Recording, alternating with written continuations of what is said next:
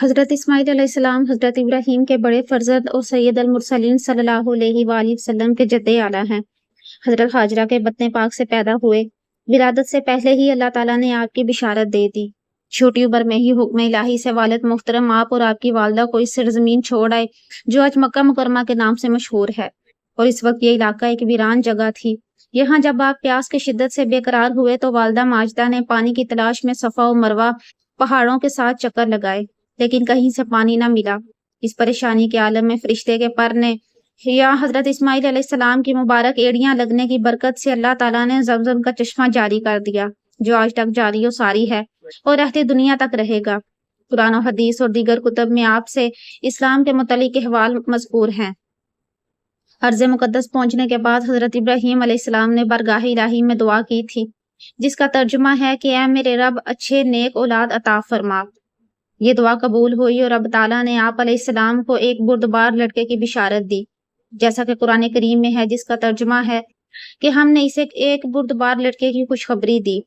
کچھ عرصے بعد آپ علیہ السلام نے حضرت ہاجرہ رضی اللہ تعالیٰ عنہا سے نکاح فرمایا، تو ان کے بدن سے اللہ تعالیٰ نے وہ فرزند عطا فرمایا جس کی بشارت دی تھی، اور یہ حضرت اسماعیل علیہ السلام تھے۔ آپ علیہ السلام کا نام مبارک اسماعیل ہے۔ اس کی وجہ تسمیہ سے متعلق منقول ہے کہ جب حضرت ابراہیم علیہ السلام اولاد کے لیے دعا مانگتے تو اس کے بعد کہتے تھے اسماعیل، یعنی اے اللہ میری دعا سن لے، یعنی قبول فرما لے۔ جب اللہ تعالیٰ نے فرزند عطا فرمایا تو اس دعائی یادگار میں آپ علیہ السلام نے ان کا نام اسماعیل رکھا۔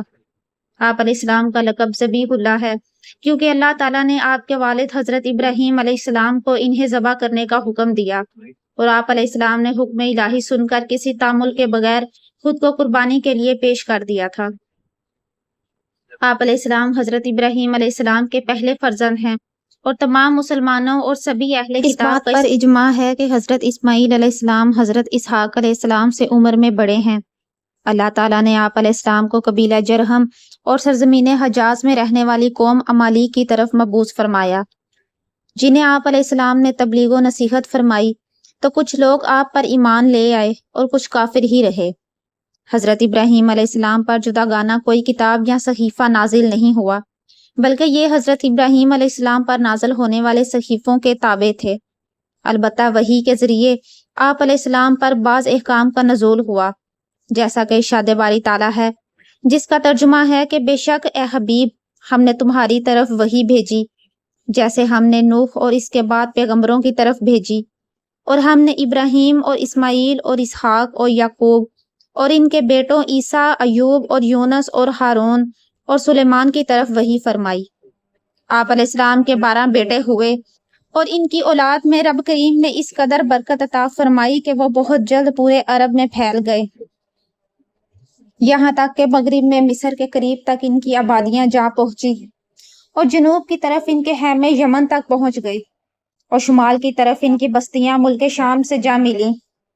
آپ علیہ السلام انتہائی اعلیٰ عمدہ اوصاف کے مالک تھے، جن میں سے 5 اوصاف یہ ہیں۔ آپ علیہ السلام وعدے کے سچے اور غیب کی خبر دینے والے رسول تھے۔ یاد رہے کہ تمام انبیاء کرام علیہ السلام وعدے کے سچے ہی ہوتے ہیں، مگر آپ علیہ السلام کا خصوصی طور پر ذکر کرنے کی وجہ یہ ہے کہ آپ علیہ السلام اس وصف میں بہت زیادہ ممتاز تھے۔ مثلاً والد ماجد سے وعدہ کیا کہ آپ مجھے حکم خداوندی پر ذبح کر دیں، آپ مجھے صبر کرنے والا پائیں گے، اور پھر آپ علیہ السلام نے اس وعدے کو پورا کیا۔ آپ علیہ السلام مخلوق میں ایک بہترین فرد تھے۔ آپ علیہ السلام اپنی اطاعت و اعمال، صبر و استقلال کی وجہ سے بارگاہ الہی میں بڑے پسندیدہ بندے تھے۔ آپ علیہ السلام صابرین کے اعلیٰ ترین گروہ میں داخل تھے۔ حضرت اسماعیل علیہ السلام کے واقعات صبر میں نمایاں واقعہ ویران اور بے آب سرزمین میں رہنے اور حکم الہی پر خود کو قربان کرنے کے لیے پیش کرنے پر صبر فرمانا ہے۔ آپ علیہ السلام پر اللہ تعالیٰ نے بہت سے انعامات فرمائے، جن میں سے 3 یہ ہیں کہ اللہ تعالیٰ نے آپ علیہ السلام کو اپنی خاص رحمت میں داخل کیا اور اپنے قرب خاص کے لائق بندوں میں شمار فرمایا۔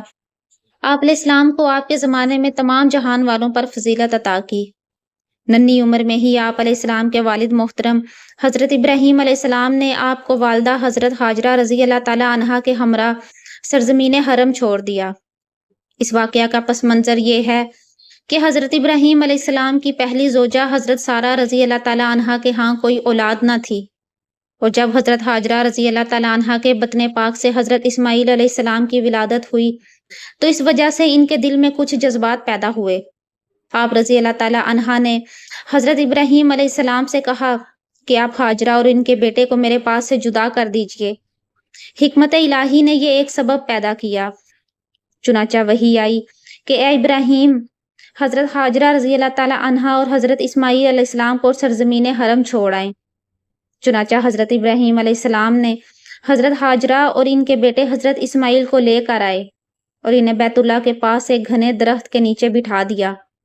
یہ درخت مسجد کے اوپر والی جانب میں اس جگہ تھا جہاں آج زمزم ہے۔ ان دنوں مکہ میں نہ کوئی رہتا تھا اور نہ ہی وہاں پانی تھا۔ حضرت ابراہیم علیہ السلام نے انہیں وہاں بٹھا کر ان کے پاس کھجوروں کی ایک تھیلی اور پانی کی مشک رکھ دی اور منہ پھیر کر وہاں سے روانہ ہوئے۔ حضرت ابراہیم علیہ السلام کی والدہ ان کے پیچھے گئیں اور عرض کی، اے ابراہیم، آپ ہمیں ایسی وادی میں چھوڑ کر کہاں جا رہے ہیں جس میں نہ کوئی انسان ہے اور نہ ہی کوئی چیز؟ حضرت حاجرہ رضی اللہ تعالیٰ عنہا نے یہ بات کئی بار دہرائی، لیکن حضرت ابراہیم علیہ السلام نے ان کی طرف توجہ نہ فرمائی۔ تب آپ رضی اللہ تعالیٰ عنہا نے عرض کیا، کیا اللہ تعالیٰ نے آپ کو اس کا حکم دیا ہے؟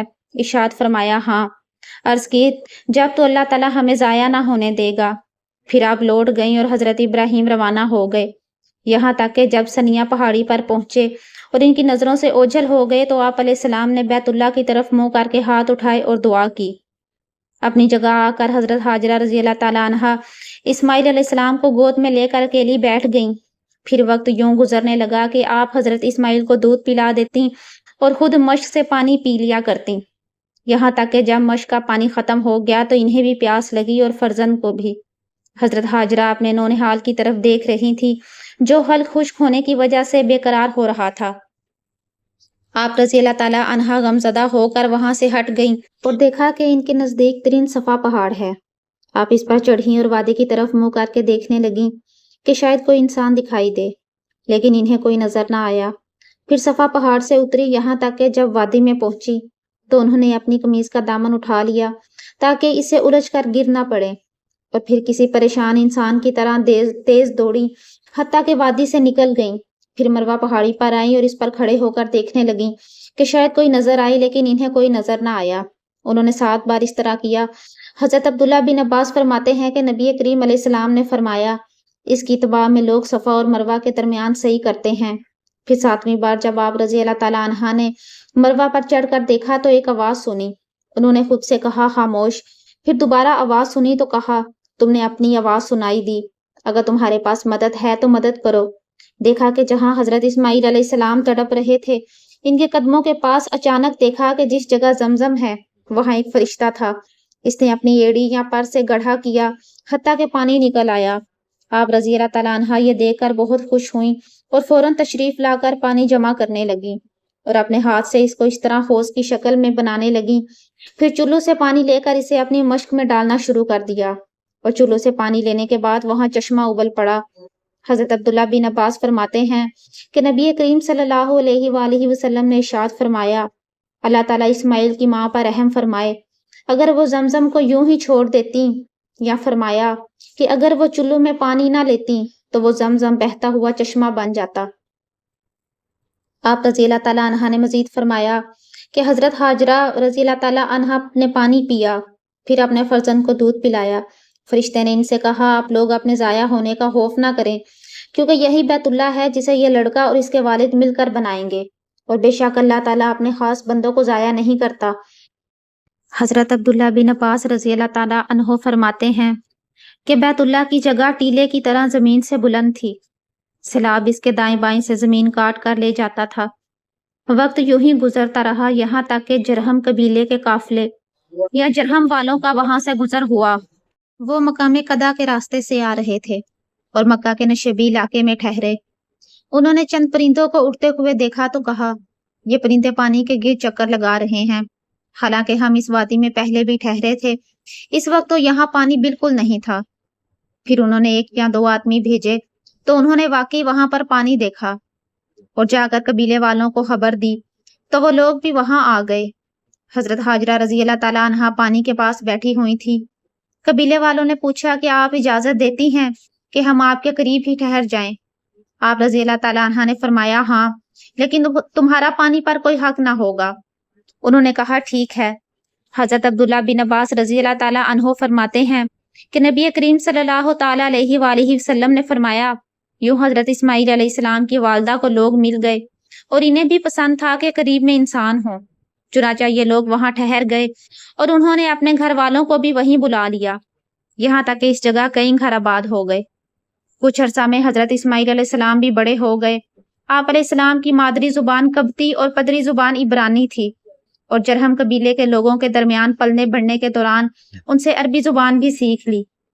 پھر اللہ تعالیٰ نے آپ علیہ السلام کو اس زبان کی فصاحت و بلاغت سے نواز دیا، چنانچہ سب سے پہلے آپ علیہ السلام نے ہی فصیح و بلیغ عربی زبان میں کلام فرمایا۔ حضرت اسماعیل علیہ السلام کی حیات مبارکہ کا ایک اہم ترین واقعہ حکم الہی سے آپ علیہ السلام کی قربانی ہے۔ حضرت ابراہیم علیہ السلام نے حضرت حاجرہ رضی اللہ تعالیٰ عنہا سے ملاقات کے لیے وقتاً فوقتاً جاتے رہتے اور کچھ وقت وہاں گزار کر واپس آ جاتے۔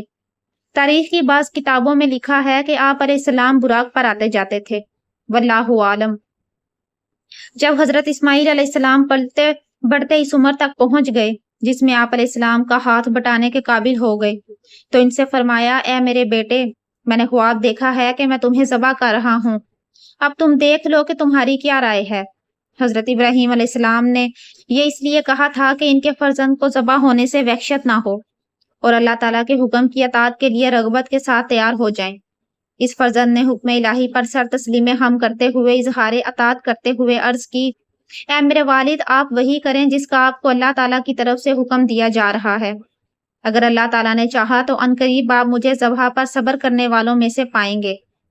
جب حضرت ابراہیم علیہ السلام نے اپنے فرزند کو ذبح کرنے کے لیے چلے تو شیطان ایک مرد کی صورت میں حضرت حاجرہ رضی اللہ تعالیٰ عنہا کے پاس آیا اور کہنے لگا کہ آپ جانتی ہیں کہ حضرت ابراہیم علیہ السلام آپ کے صاحبزادے کو لے کر کہاں گئے ہیں؟ آپ رضی اللہ تعالیٰ عنہا نے فرمایا، وہ اس گھاٹی میں لکڑیاں لینے کے لیے گئے ہیں۔ شیطان نے کہا، خدا کی قسم، ایسا نہیں، وہ تو آپ کے بیٹے کو ذبح کرنے کے لیے لے کر گئے ہیں۔ حضرت حاجرہ رضی اللہ تعالیٰ عنہا نے فرمایا، ہرگز ایسا نہیں ہو سکتا، کیونکہ وہ تو اپنے فرزند سے بہت پیار کرتے ہیں۔ شیطان نے کہا، ان کا گمان یہ ہے کہ انہیں اللہ تعالیٰ نے اس بات کا حکم دیا ہے۔ حضرت حاجرہ رضی اللہ تعالیٰ عنہا نے فرمایا، اگر انہیں اللہ تعالیٰ نے حکم دیا ہے تو پھر اسے اچھی اور کیا بات ہو سکتی ہے کہ وہ اپنے رب تعالیٰ کی اطاعت کریں۔ یہاں سے نامراد ہو کر شیطان حضرت اسماعیل علیہ السلام کے پاس پہنچا اور ان سے کہا، اے لڑکے، کیا تم جانتے ہو کہ آپ کے والد حضرت ابراہیم آپ کو کہاں لے کر جا رہے ہیں؟ آپ علیہ السلام نے فرمایا، ہم اپنے اہل خانہ کے لیے اس گھاٹی سے لکڑیاں لینے جا رہے ہیں۔ شیطان نے کہا، خدا کی قسم، وہ آپ کو ذبح کرنے کا ارادہ رکھتے ہیں۔ آپ علیہ السلام نے فرمایا، وہ اس چیز کا ارادہ کیوں رکھتے ہیں؟ شیطان نے کہا، ان کے رب تعالیٰ نے انہیں یہ حکم دیا ہے۔ حضرت اسماعیل علیہ السلام نے فرمایا، پھر تو انہیں اپنے رب تعالیٰ کے حکم پر عمل کرنا چاہیے، مجھے حکم قبول ہے۔ جب شیطان نے یہاں سے بھی منہ کی کھائی تو وہ حضرت ابراہیم علیہ السلام کے پاس پہنچا اور کہنے لگا، اے شیخ، آپ کہاں جا رہے ہیں؟ حضرت ابراہیم نے فرمایا، اس گھاٹی میں اپنے کسی کام سے جا رہا ہوں۔ شیطان نے کہا، اللہ کی قسم، میں سمجھتا ہوں کہ شیطان آپ کے خواب میں آیا اور اس نے آپ کو اپنا فرزند ذبح کرنے کا حکم دیا۔ اس کی بات سن کر حضرت ابراہیم علیہ السلام نے اسے پہچان لیا اور فرمایا، اے دشمن خدا، مجھ سے دور ہٹ جا، خدا کی قسم، میں اپنے رب تعالیٰ کے حکم کو ضرور پورا کروں گا۔ یہاں سے بھی شیطان ناکام و نامراد ہی لوٹا۔ حضرت ابراہیم علیہ السلام اور ان کے فرزند نے اللہ تعالیٰ کے حکم کے سامنے سر تسلیم ہم کر دیا، اور جب حضرت ابراہیم علیہ السلام نے اپنے فرزند کو ذبح کرنے کا ارادہ فرمایا تو ان کے فرزند نے عرض کی، اے والد محترم، اگر آپ نے مجھے ذبح کرنے کا ارادہ کر لیا ہے تو پہلے مجھے رسیوں کے ساتھ مضبوطی سے باندھ لیں تاکہ میں تڑپ نہ سکوں، اور اپنے کپڑے بھی سمیٹ لیں تاکہ میرے خون کے چھینٹے آپ پر نہ پڑیں اور میرا اجر کم نہ ہو، کیونکہ موت بہت سخت ہوتی ہے، اور اپنی چھری کو اچھی طرح تیز کر لیں تاکہ وہ مجھ پر آسانی سے چل جائے، اور جب آپ مجھے ذبح کرنے کے لیے لٹائیں تو پہلو کے بل لٹانے کی بجائے پیشانی کے بل لٹائیں، کیونکہ مجھے اس بات کا ڈر ہے کہ جب آپ کی نظر میرے چہرے پر پڑے گی تو اس وقت آپ کے دل میں رکت پیدا ہوگی، اور وہ رکت اللہ تعالیٰ کے حکم کی تعمیر اور آپ کے درمیان حائل ہو سکتی ہے۔ اور اگر آپ مناسب سمجھے تو میری قمیض میری ماں کو دے دیں تاکہ انہیں تسلی ہو اور انہیں مجھ پر صبر آ جائے۔ حضرت ابراہیم علیہ السلام نے فرمایا، اے میرے بیٹے، تم حکم الہی پر عمل کرنے میں میرے کتنے اچھے مددگار ثابت ہو رہے ہو۔ اس کے بعد فرزند کی خواہش کے مطابق پہلے اسے اچھی طرح باندھ دیا۔ چھری تیز ہو جانے پر حضرت ابراہیم علیہ السلام اٹھے اور پیشانی کے بل لیٹے ہوئے اپنے محبوب اور اکلوتے فرزند کے گلے پر پوری قوت سے چھری چلا دی، لیکن چھری نے حضرت اسماعیل علیہ السلام کا گلا کاٹنا تو دور کی بات، اس پر ذرا سی خراش تک نہ ڈالی۔ اور رب تعالیٰ نے ارشاد فرمایا، اے ابراہیم، بے شک تو نے خواب سچا کر دکھایا۔ اس کے بعد حضرت اسماعیل علیہ السلام کے فدیہ میں اللہ تعالیٰ نے ایک مینڈا بیچ دیا جو آپ کی جگہ ذبح ہوا۔ عید کے موقع پر کی جانے والی قربانی حضرت ابراہیم علیہ السلام کی اسی قربانی کی یادگار ہے، اور آپ کی یہ سنت دین اسلام میں جاری و ساری ہے اور تا قیامت جاری رہے گی۔ حضرت زید بن ارقم رضی اللہ تعالیٰ عنہ فرماتے ہیں کہ صحابہ کرام رضی اللہ تعالیٰ عنہم نے عرض کی، یا رسول اللہ صلی اللہ علیہ وآلہ وسلم، یہ قربانیاں کیا ہیں؟ ارشاد فرمایا، یہ تمہارے والد حضرت ابراہیم کی سنت ہے۔ عرض کی، ہمارے لیے ان میں کیا ثواب ہے؟ ارشاد فرمایا، ہر بال کے بدلے ایک نیکی ہے۔ عرض کی، اور اون میں؟ ارشاد فرمایا، اون کے بھی ہر بال کے بدلے ایک نیکی ہے۔ آپ علیہ السلام انتہائی ہونہار اور بہت حسین و خوبصورت جوان ہوئے۔ آپ کے تقوی و پرہیزگاری کو دیکھ کر جرہم قبیلے نے اپنے ہی خاندان کی ایک عورت سے آپ کا نکاح کر دیا، اور اس سے کچھ عرصہ بعد حضرت ہاجرہ رضی اللہ تعالیٰ عنہا کا وصال ہو گیا۔ مورخین کے بیان کے مطابق حضرت اسماعیل علیہ السلام نے 130 سال تک اس دنیا میں رونق افروز رہنے کے بعد وفات پائی، اور ایک روایت کے مطابق آپ کی تدفین مقام ہجر یعنی خطیم کعبہ میں والدہ ماجدہ حضرت ہاجرہ رضی اللہ تعالیٰ عنہا کی قبر منور کے قریب ہوئی، اور ایک روایت کے مطابق کعبہ شریف کے قریب رکن یمانی اور رکن اسود کے درمیانی جگہ میں ہوئی۔